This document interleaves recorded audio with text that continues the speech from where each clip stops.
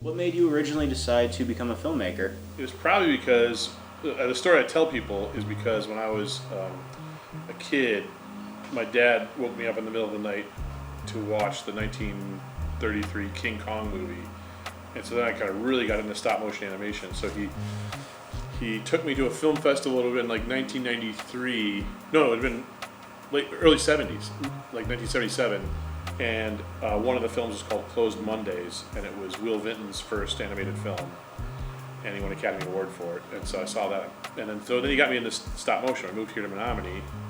I didn't have any friends because we moved here in the summer, so he just set up the camera, showed me how to use the camera, and I shot stop motion movies all summer. Can you tell us a little bit about the film school that you attended? It was called Northwest Film Center. It was founded in 1971.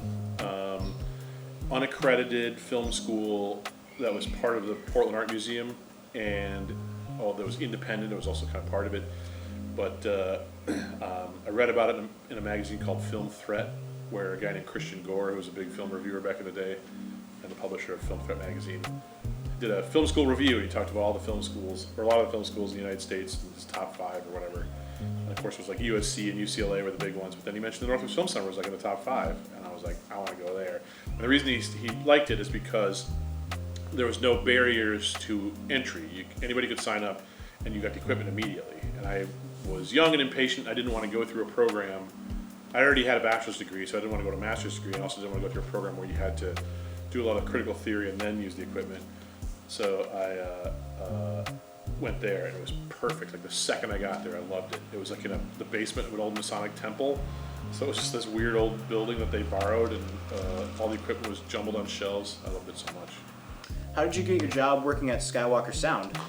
I was working at Will Vinton's, and there was a big CG department there, and a guy that had worked in the computer department doing M&M's commercials, was sick of M&M's commercials. He got a job at ILM. And while he was there, ILM and Skywalker Sound and Lucas Digital and all these companies are all part of Lucasfilm, and they all share the same internal emails. And so whenever there's a new job that opens, it goes to the internal email server first. And he was at ILM, and he forwarded it back to a friend at Vinton's and said, hey, you should be interested. You might be interested in this.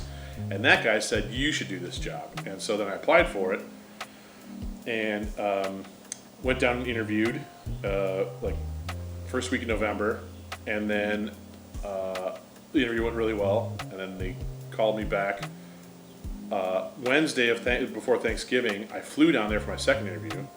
So I flew down in the morning, hung out at the ranch all day, and then flew back that night to Portland. And then he called me Thanksgiving Day and offered me the job. How long have you been teaching film?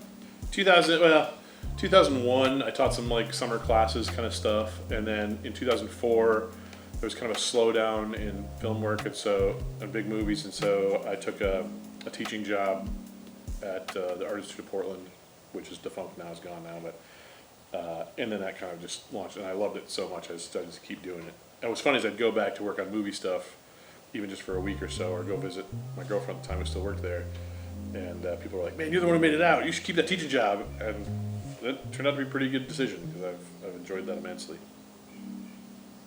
What advice do you have for any current film students today?